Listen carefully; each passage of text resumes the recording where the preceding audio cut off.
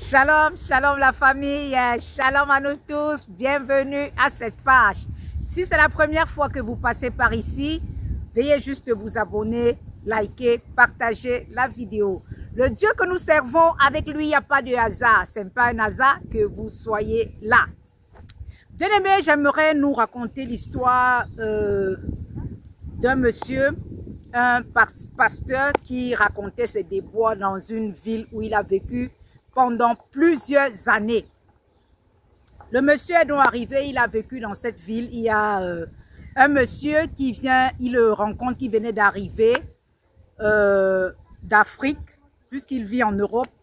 Il lui dit, me voici, je n'ai pas où aller, je n'ai rien, je n'ai pas de papiers, je n'ai pas de travail, je ne sais pas comment faire. Il a pris le monsieur, il l'a mis chez lui. Il a donné sa propre chambre, le monsieur dormait, lui dormait au salon. Et c'est ainsi qu'un peu doucement, le monsieur a introduit ses papiers, il a eu sa résidence. Et peu après, il a eu un travail et il s'est dit, bon, maintenant que j'ai déjà une petite situation, il faut que je m'en aille de chez toi. Il est donc allé. Quelques années plus tard, il voit le monsieur. Le monsieur dit, ah, comment est-ce que, après tout ce que j'ai fait, tu ne me salues même pas, tu ne passes même jamais me dis même bonjour. Le monsieur dit, ah, c'est seulement parce que tu m'as aidé, que tu penses que je vais devenir que ton esclave pour lécher tes pieds. Hein? Je n'ai pas le temps, je travaille, je n'ai pas le temps. Si j'avais le temps, je devais venir. Ah, le monsieur se dit, mais regarde vraiment le monde, quelle ingratitude.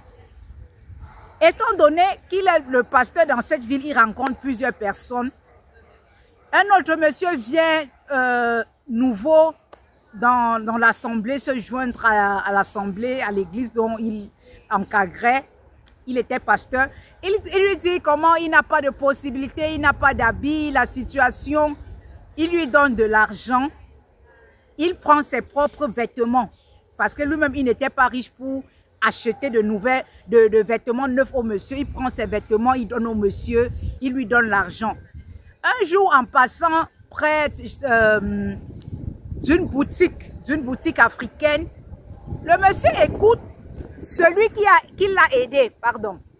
Le monsieur écoute ce monsieur qui l'a aidé, disant que ah, le pasteur de l'église là, le monsieur ne connaît même pas ce qu'on fait avec l'argent.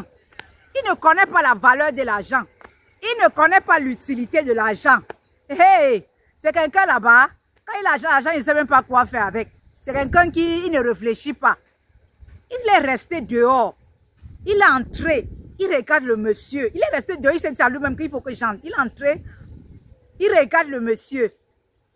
Il lui dit, c'est ainsi que tu me remercies. Le vêtement sur lui, c'est moi qui t'ai donné.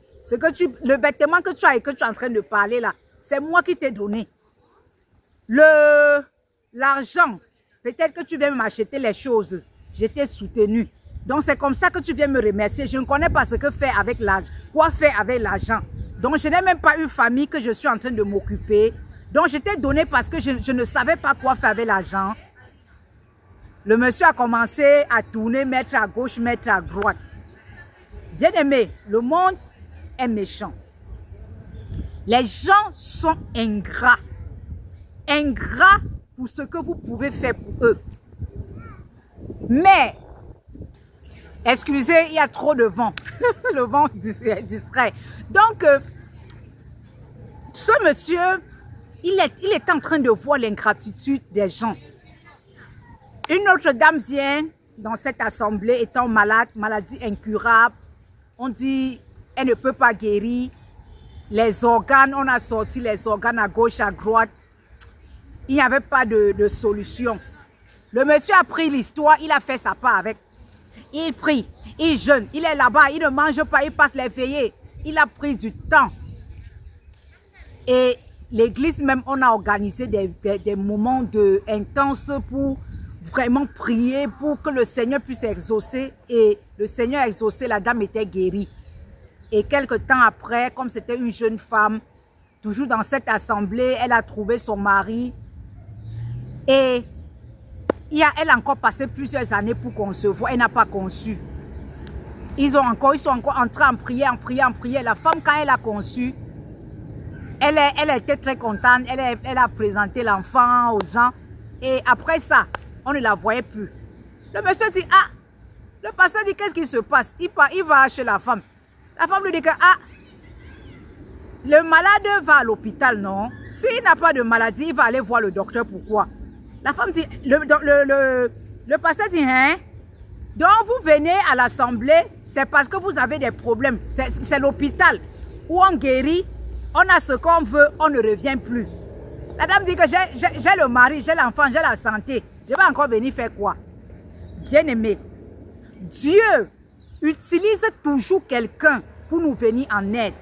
Dieu ne peut pas descendre du ciel pour venir afin de nous aider, de faire quelque chose. Il utilise toujours un homme. Il passe toujours par des hommes. Et nous ne devrons pas être ingrats. Nous ne devons pas reconnaître ce que ces personnes que Dieu a utilisées dans nos vies, ils nous ont fait du bien. Nous ne devons pas faire comme si nous ne reconnaissons pas leur bien. Nous ne devons pas faire comme si nous les insultons. Non. Dis merci. Un merci ne coûte rien. Reconnaître du fond de son cœur ce que quelqu'un a fait pour nous, c'est très important. Et c'est de la même manière que plusieurs ne sont pas reconnaissants devant les hommes qui les ont aidés. C'est ainsi, dans l'église corps du Christ, les gens ne rendent pas grâce à Dieu. Ils ne font plus des actions de grâce au Seigneur pour lui dire merci pour ce qu'il a fait pour eux. Merci premièrement pour le souffle de vie. Merci pour la santé qu'il nous donne. Ce n'est plus ça. Hé, Seigneur, depuis que j'ai pris pour la situation-ci, regarde, je n'ai pas de mari. Hein? Tu ne me vois pas. Voilà mes amis. Ils ont le même âge que moi. Ils ont déjà les maris et les enfants. Me voici toujours là. C'est qui est marié. Hein? Seigneur, me voici. Dans mon mariage, je souffre. Voilà mes amis, non? Ils sont là. C'est son mari qui rationne, qui fait tout. C'est moi qui fais tout ici. L'homme, l'ingratitude de l'homme. Dieu nous a tant aimés qu'il a envoyé son fils unique, donner sa vie pour que nous, en retour, nous ayons la vie. Si nous sommes debout chaque matin, si nous nous levons de nos lits, bien aimés, c'est par la grâce du Seigneur. Si nous parvenons à parler, à faire ce que nous faisons, ce n'est pas de notre propre force, mais c'est la grâce du Seigneur. Ce que nous devons faire, nous devons avoir de la gratitude, être reconnaissants de ce que le Seigneur fait dans nos vies, de la vie qu'il nous donne. Parce que si tu es là, tu écoutes ce message, ça veut dire que tu es encore en vie, quel que soit l'état dans lequel tu te trouves, mais tu as la vie. Certaines autres personnes, vous êtes nés ensemble, ils sont déjà dans le tombeau, mais toi, tu as encore la vie, tu as encore la possibilité de te repentir et de recevoir le Seigneur Jésus. Certains sont morts, ils n'ont même pas eu cette grâce-là, mais tu es encore là. Ça veut dire, Dieu a un plan pour toi. Cessons l'ingratitude, cessons de vouloir voir les autres comme si ils étaient obligés de nous faire du bien. Ou s'ils ne le faisaient pas, comme l'autre a dit, si tu ne faisais pas, quelqu'un d'autre ne devait pas m'aider. S'il vous plaît, arrêtons cela. Essayons de donner le meilleur de nous-mêmes, d'être bons, de marcher comme le Seigneur Jésus. Le Seigneur nous a demandé que nous devons dire merci, que nous devons rendre grâce en toutes choses et être dans la joie. Donc, quel que soit ce qui t'arrive, tu dois toujours être dans la joie. Bien-aimé, j'ai pris quelques temps, je n'ai pas fait de vidéo, j'étais un peu souffrante. C'est dans la maladie que j'ai compris que le plus grand cadeau, bénédiction que nous avons, c'est la santé. Lorsque tu as la santé, tu marches, tu vas travailler. Tu n'as même pas le temps de lire la parole. Tu n'as même pas le temps de prier. Tu n'as même pas le temps de dire au Seigneur, Seigneur, merci pour tout ce que tu fais pour moi. Mais tu continues de te plaindre de autre chose. Bien-aimé, la santé que tu as là, lève-toi tous les jours, tu soulèves les mains, tu dis merci. Parce qu'on peut te donner tout l'argent du monde entier. Mais si tu n'as pas la santé, l'argent même ne servira à rien. Oublie. Oublie. L'argent ne servira à rien si tu n'as pas la santé. Mais toi qui n'as pas la santé, bien-aimé, ne désespère pas, ne dis pas que « Ah, me voici mon cas ». Si le Seigneur te laisse toujours en vie, c'est parce qu'il veut se glorifier dans ta maladie. Glorifie le Seigneur. Donc, en toute chose, rendons grâce au Seigneur. Comme dans le livre de Luc 17, où nous voyons les 10 lépreux, dont le Seigneur les a envoyés d'aller voir les sacrificateurs et de présenter les offrandes.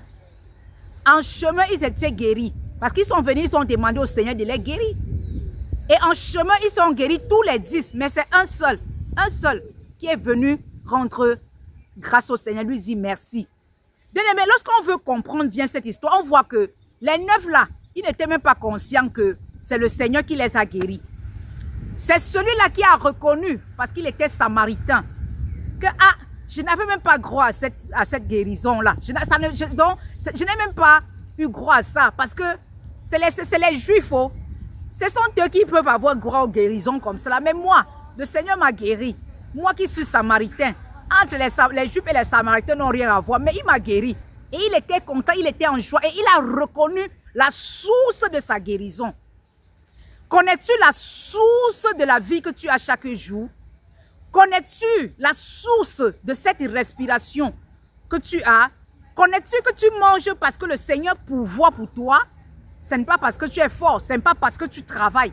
Qu'est-ce que tu as que tu ne l'as pas reçu? Dis la parole de Dieu. Tout ce que nous faisons, ce n'est pas de nous-mêmes.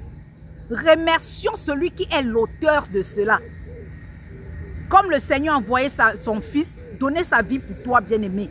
Tous les jours, remercie-le. Tous les jours, dis-lui merci. Merci pour l'œuvre de la croix. Merci de t'avoir donné une identité en Christ. Merci parce qu'il ne t'a pas laissé, il t'a donné le Saint-Esprit vivre en toi. Il t'a donné le Saint-Esprit te conduire, t'enseigner, te diriger. Il t'a donné des dons spirituels, car tout enfant de Dieu, il n'y a pas un enfant de Dieu vide, il n'y a pas un chrétien vide. Il t'a délivré de la captivité de Satan et ses démons. Bien-aimé, tu veux quoi? Cessons l'ingratitude. Cessons d'être ingrats. Reconnaissons la main puissante dans nos vies. Ne regarde pas au niveau où tu te trouves, mais regarde ce que tu vois où le Seigneur va t'amener. Ce que tu as vu, ce que la parole du Seigneur déclare, dit pour toi. Qu'est-ce que dit la parole de Dieu dit? Pour ta propre vie, et remercie-le. Parce que tu sais qu'avec lui, tu feras des exploits. Cessons d'être ingrats. Comme ces personnes, plusieurs le sont dans plusieurs assemblées où ils viennent seulement parce qu'ils ont besoin de quelque chose. Et lorsqu'on les aide, lorsqu'on les soutient, ils deviennent ingrats. Lorsque des gens sont dans des situations difficiles, dans des différents pays, parfois où ils sont migrants pour la majorité, on dit que non, c'est dans les églises qu'on aide. Ils arrivent, dès qu'on les aide, ils se tournent en partant l'insulte qu'ils te donnent. Lorsque ce pasteur a expliqué tous ses déboires, tout ce qu'il a eu dans cette ville-là, j'ai dit ouf. Plusieurs traversent des situations. C'est pour ça qu'il y a les bons et il y a les mauvais pasteurs. Ceux qui sont vraiment vrais dans ce qu'ils font, il faut vraiment prier pour eux. Parce que ça demande un grand cœur pour continuer à faire du bien, continuer à être là pour encadrer des personnes qui vous insultent chaque fois, qui ne sont pas reconnaissants, qui sont des ingrats. Bien-aimés, cessons d'être ingrats, arrêtons l'ingratitude, sachant que le Seigneur utilise toujours des personnes pour nous faire du bien.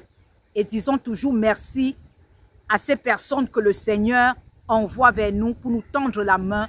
Disons également merci au Seigneur chaque jour de nos vies. Car si nous sommes là, nous ne le méritons pas, mais c'est par sa grâce.